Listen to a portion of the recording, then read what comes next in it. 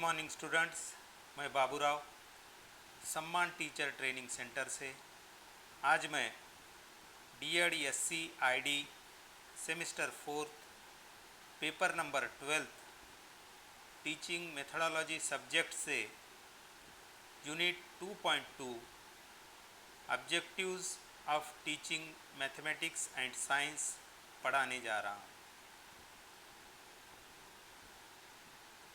Objectives of teaching mathematics and science गणित और विज्ञान शिक्षण के उद्देश्य। परिचय। किसी विषय को पढ़ाने के पूर्व उस विषय के पढ़ाने के उद्देश्यों को जान लेना अति आवश्यक है। यदि ऐसा नहीं होता है तो शिक्षार्थी तथा शिक्षक दोनों ही अपने मार्ग से विचलित हो जाते हैं। किसी विषय को पढ़ाने का अर्थ होता है कि हम विद्यार्थी में किसी निश्चित प्रकार का व्यवहार परिवर्तन चाहते हैं। विद्यार्थी के व्यवहार में प्रत्याशित परिवर्तन करने के लिए शिक्षण उद्देश्य आवश्यक है। पढ़ाने से पहले हमें कुछ उद्देश्यों का निर्धारण करना चाहिए और उन्हीं उद्देश्यों के आधार पर विद्यार्थियों को ज्ञान प्रदान करें। गणित तथा विज्ञान के शिक्षण उद्देश्यों का निर्धारण। Determining objectives of teaching. उद्देश्य निर्धारित करने के लिए निम्नलिखित बातों पर ध्यान देना आवश्यक है। नंबर 1, उद्देश्यों को शिक्षार्थी की आयु, रुचि तथा आवश्यकता के अनुरूप होना चाहिए। नंबर 2, उद्देश्यों को मनोवैज्ञानिक सिद्धांतों पर आधारित होना चाहिए। नंबर 3, उद्देश्य ऐसे होने चाहिए कि साधारण शिक्षार्थी भी उसकी प्राप्ति सामान्य तरीके से कर सके। नंबर 4, उद्देश्यों के माध्यम से शिक्षार्थी में होने वाले व्यवहार परिवर्तन को आंका जा सके।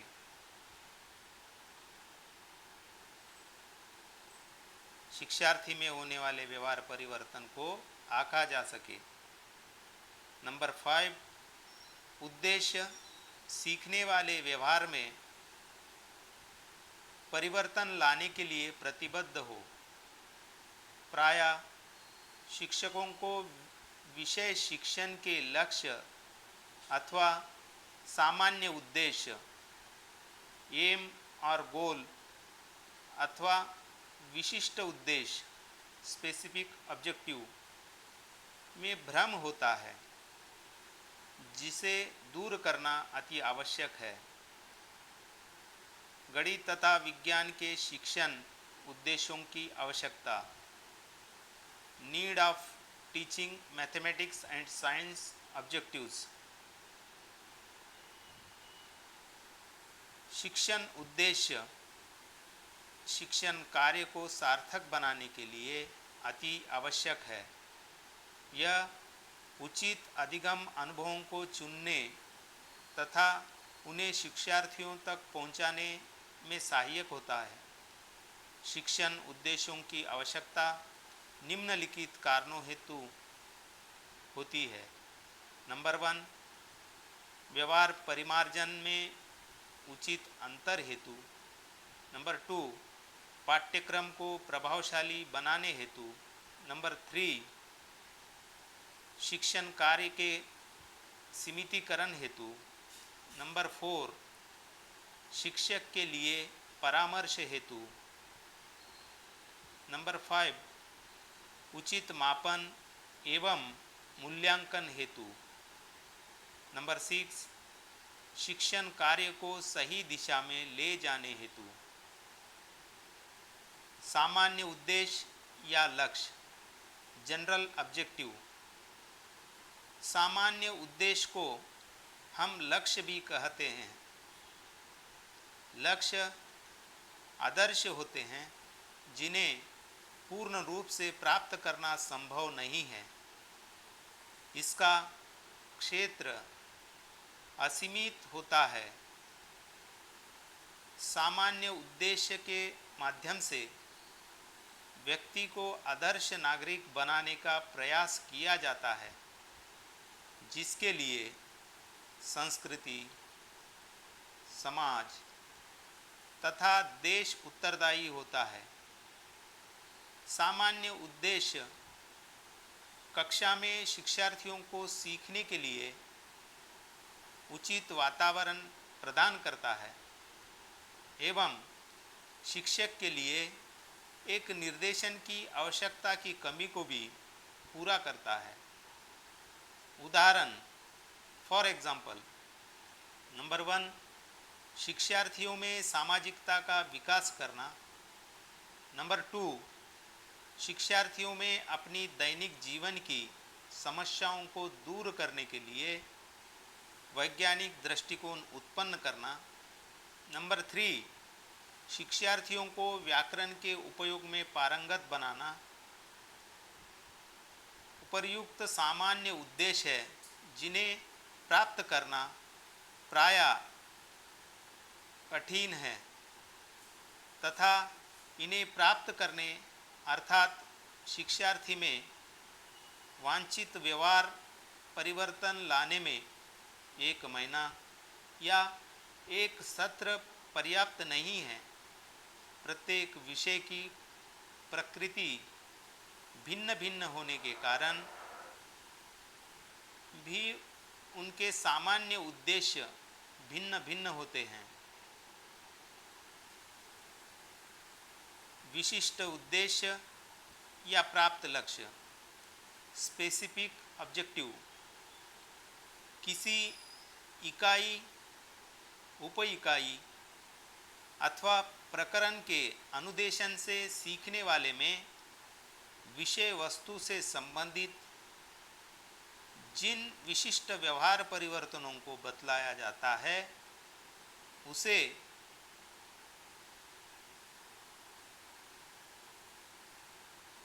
विशिष्ट उद्देश्य कहते हैं।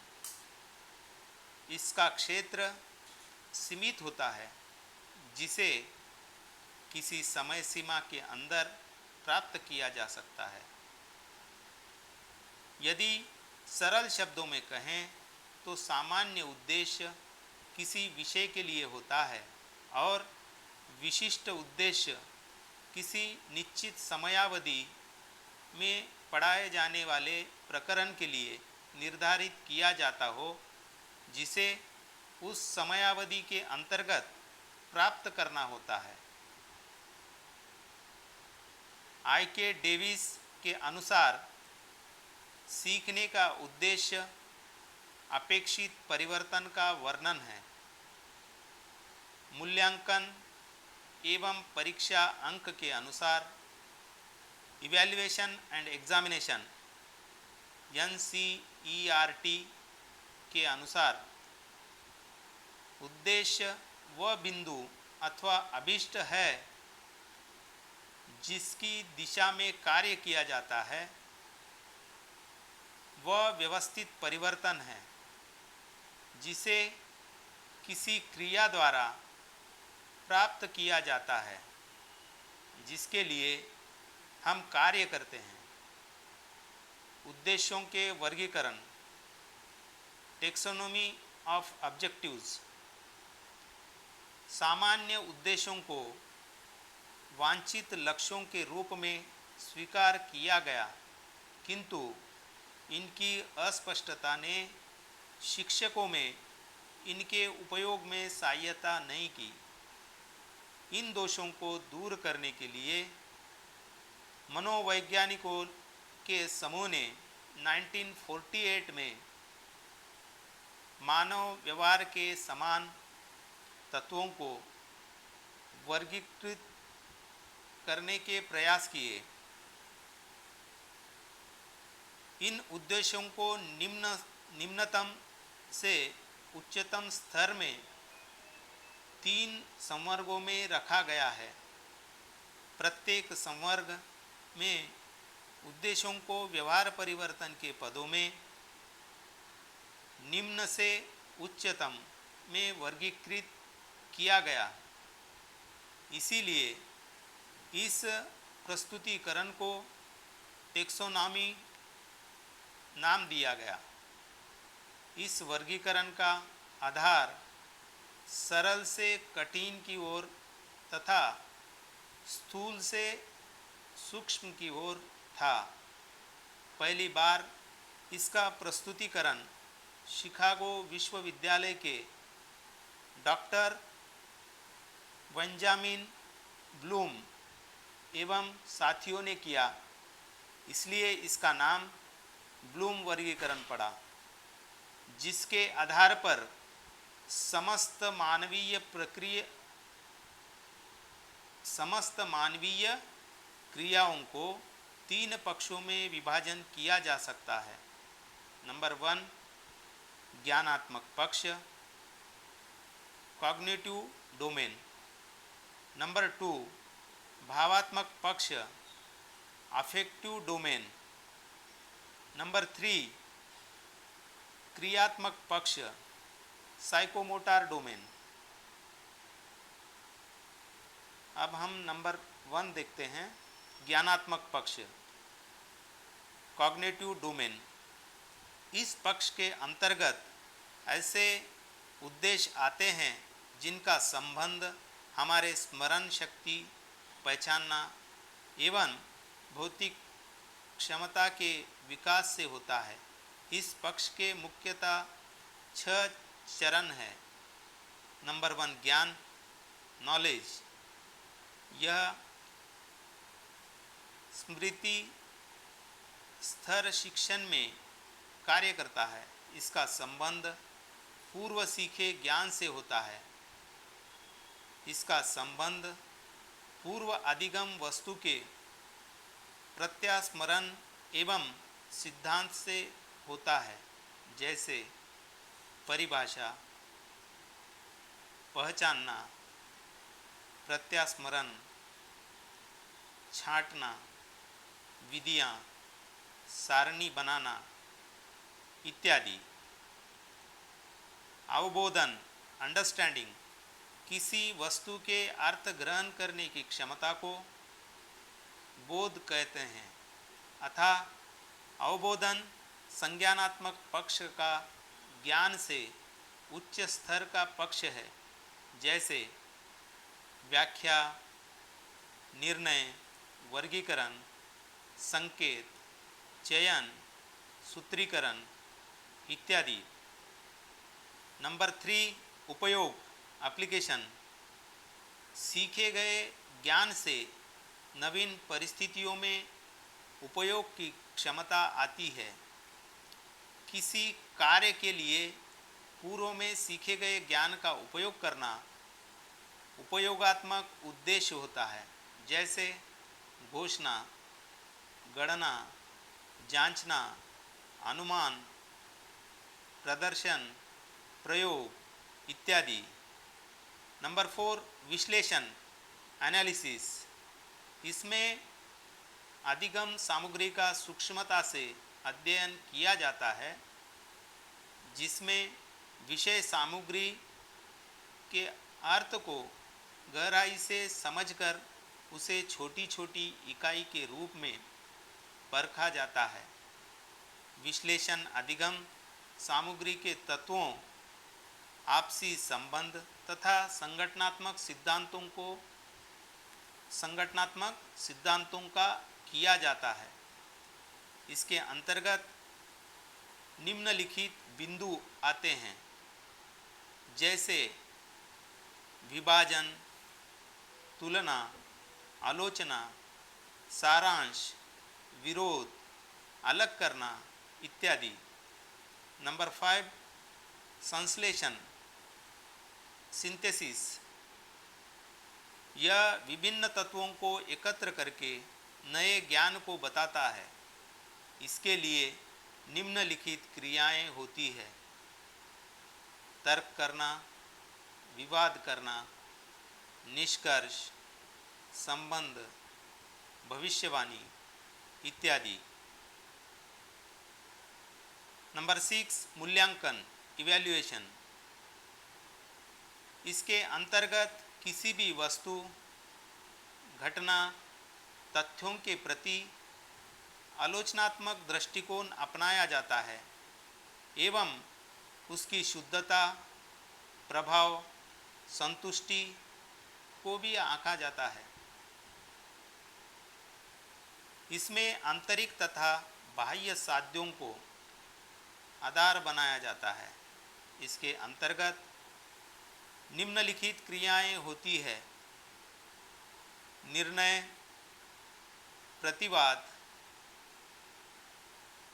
प्रतिवाद करना, प्रतिरक्षा इत्यादि। भावनात्मक पक्ष, अफेक्टिव डोमेन। इस पक्ष का संबंध प्रमुख रूप से अभिवृत्तियों, रुचियों, मूल्यों, संवेगों इत्यादि से है। यह मूल्यों को संबंधों का प्रत्यक्षीकरण है। यह मूल्यों के संबंधों का प्रत्यक्षीकरण है। नंबर 1, ग्रहण करना, रिसीविंग। यह भावनात्मक पक्ष का प्रथम एवं निम्न स्तर है, जिसमें व्यक्ति की विषय के संबंध में जानकारी के प्रति जागरूकता जुड़ी हुई होती है। जब भी विषय के ज्ञान के स्रोत से व्यक्ति का सामना होता है तो वह उन्हें पहचान कर ग्रहण कर लेता है। यह किसी उद्दीपक की उपस्थिति में संवेदनशीलता से संबंधित है। इसके 3 स्तर है। नंबर 1, चेतना, अटेंशन। नंबर 2, ग्रहण करने की चाह, विलिंगनेस टू रिसीव। नंबर 3, चयनित योजना, नियंत्रीकरण। चयनित योजना या नियंत्रीकरण, कंट्रोल्ड और सेलेक्टेड अटेंशन। नंबर 2, अनुक्रिया, रिस्पॉन्डिंग। इसमें व्यक्ति उद्दीपक के प्रति अनुक्रिया स्वीकार इसमें व्यक्ति उद्दीपक के प्रति अनुक्रिया स्वीकार, अनुक्रिया के इच्छा को प्रकट करता है। अनुक्रिया के इच्छा को प्रकट करता है। इसके 3 स्तर होते हैं। नंबर 1, प्रतिक्रिया में सहमति। नंबर 2, प्रतिक्रिया की इच्छा। नंबर 3, प्रतिक्रिया में संतोष। Number 3, अनुमूल्यन, valuing. इसमें आदर्शों तथा मूल्यों के प्रति आस्था एवं दृढ़ता आती है। इसके भी 3 पक्ष है, जैसे नंबर 1, मूल्यों को स्वीकार करना, acceptance of A value. Number 2, मूल्यों की वरीयता या प्राथमिकता, preference for a value. Number 3, मूल्यों के प्रति निष्ठा या विश्वास उत्पन्न करना, कमिटमेंट। नंबर 4, विचार या धारण, मूल्यों की विविधता के परिणाम स्वरूप स्वीकार किए गए मूल्यों की विविधता के परिणाम स्वरूप स्वीकार किए गए मूल्यों के प्रति एक निश्चित धारणा बनाने के लिए प्रत्यय निर्माण इसके अंतर्गत आता है। नंबर 5, व्यवस्थापन।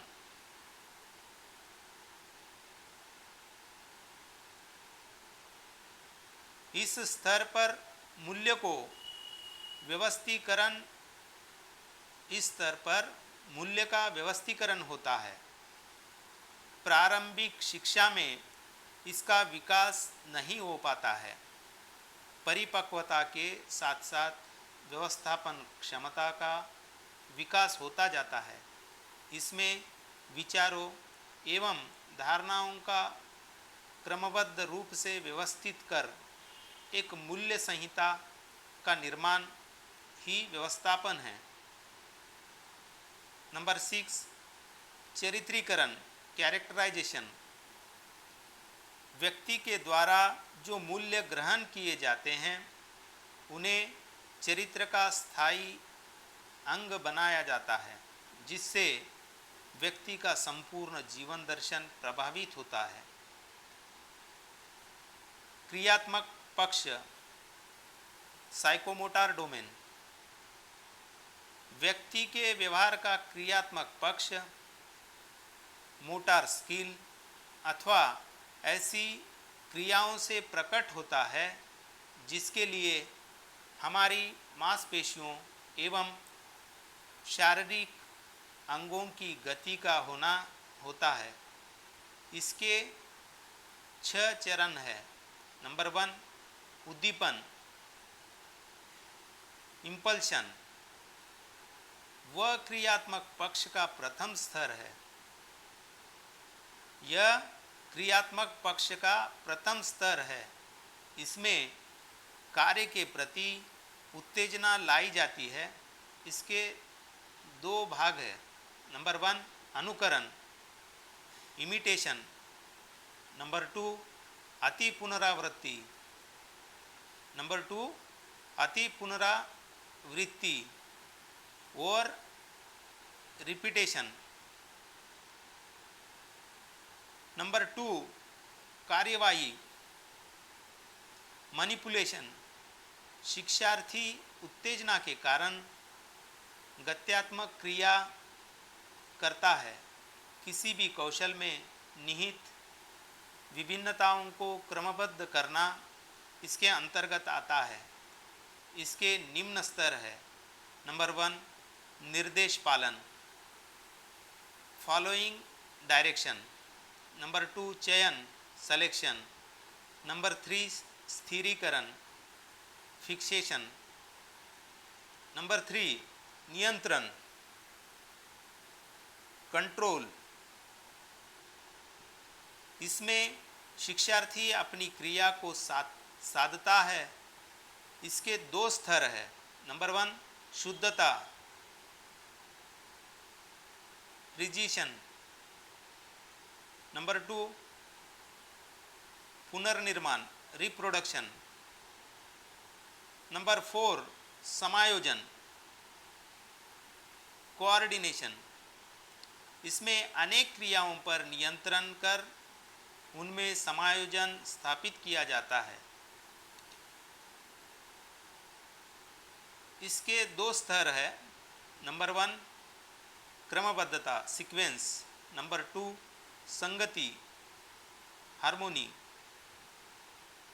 अब देखते हैं नंबर 5, स्वाभाविकरण, नेचुरलाइजेशन। इसके अंतर्गत कार्य करने की एक विशेष प्रकार की शैली बन जाती है। नंबर 6, आदत या कौशल, हैबिट और स्किल। इसके अंतर्गत कार्य करते रहने की शैली एक आदत बन जाती है। ब्लूम टैक्सीनोमी के अनुसार अनुदेशन उद्देश्यों का व्यावहारिक रूप में उपयोग करना बहुत ही जटिल पाया गया है। इसीलिए अलग अलग देशों ने आवश्यकता अनुसार इसमें बदलाव किए हैं। उद्देश्यों के ये संवर्ग अनुदेशन की दृष्टि से बहुत ही उपयोगी पाए गए हैं। इन संवर्गों के आधार पर पाठ योजना में विशिष्ट उद्देश्यों का निर्धारण करना आसान हो जाता है। नंबर 1, ज्ञानात्मक उद्देश्य, नॉलेज ऑब्जेक्टिव्स। इसके अंतर्गत 2 वर्ग है। नंबर 1, प्रत्यास्मरण, रिकॉल। शिक्षार्थी निम्नलिखित का प्रत्यास्मरण करेंगे: पद, परिभाषा, सिद्धांत, प्रतीक, सूत्र, तथ्य, विधियाँ, नियम इत्यादि। नंबर 2, पहचान, रिकॉग्निशन। शिक्षार्थी निम्नलिखित की पहचान कर सकेंगे। शिक्षार्थी निम्नलिखित की पहचान कर सकेंगे: पद, परिभाषा, सिद्धांत, तथ्य, तकनीक, विधियाँ, नियम इत्यादि। नंबर 2, अवबोधनात्मक उद्देश्य, अंडरस्टैंडिंग ऑब्जेक्टिव्स। इस उद्देश्य के निर्धारण में शिक्षार्थी निम्नलिखित कर सकेंगे: नंबर 1, अंतर करना। नंबर 2, समानता ज्ञात करना। नंबर 3, तुलना कर सकेंगे। नंबर 4, उदाहरण देना। नंबर 5, वर्गीकरण करना। नंबर 6, अपने शब्दों में बताना। नंबर 7, त्रुटि सुधार करना। नंबर 8, स्पष्ट करना। नंबर 9, विवरण देना। नंबर 10, अनुमान लगाना। नंबर 11, प्रकाश डालना।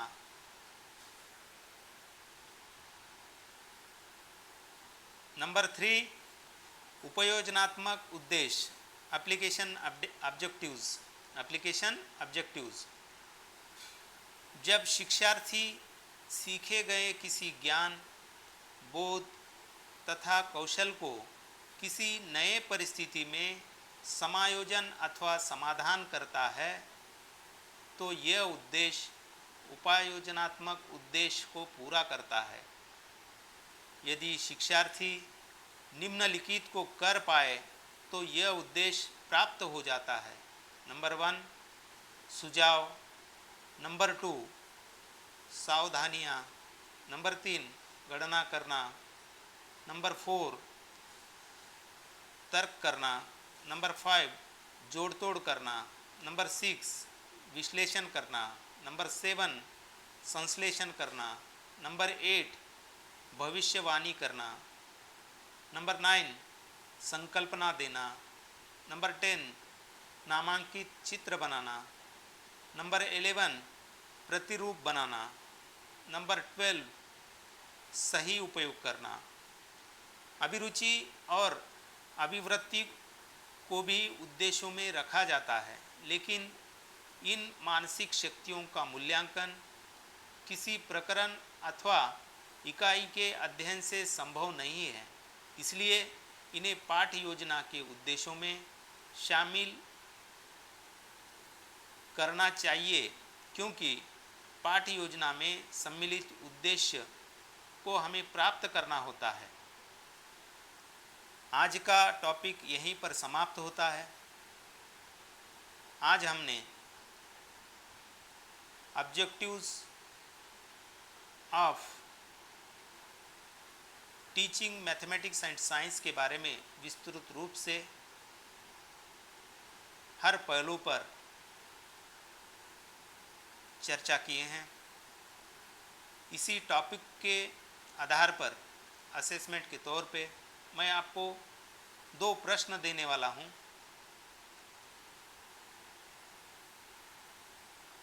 वो 2 प्रश्न निम्नलिखित है। उन 2 प्रश्नों के उत्तर आप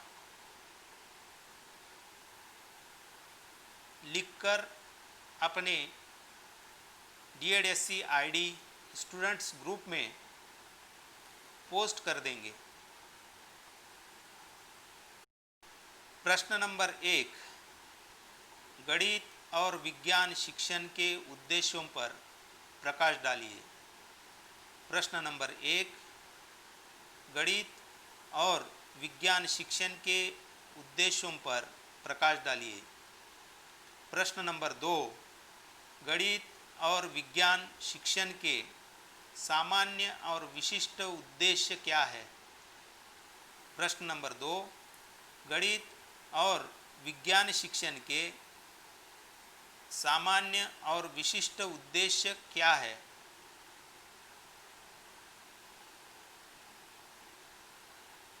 ओके, थैंक यू।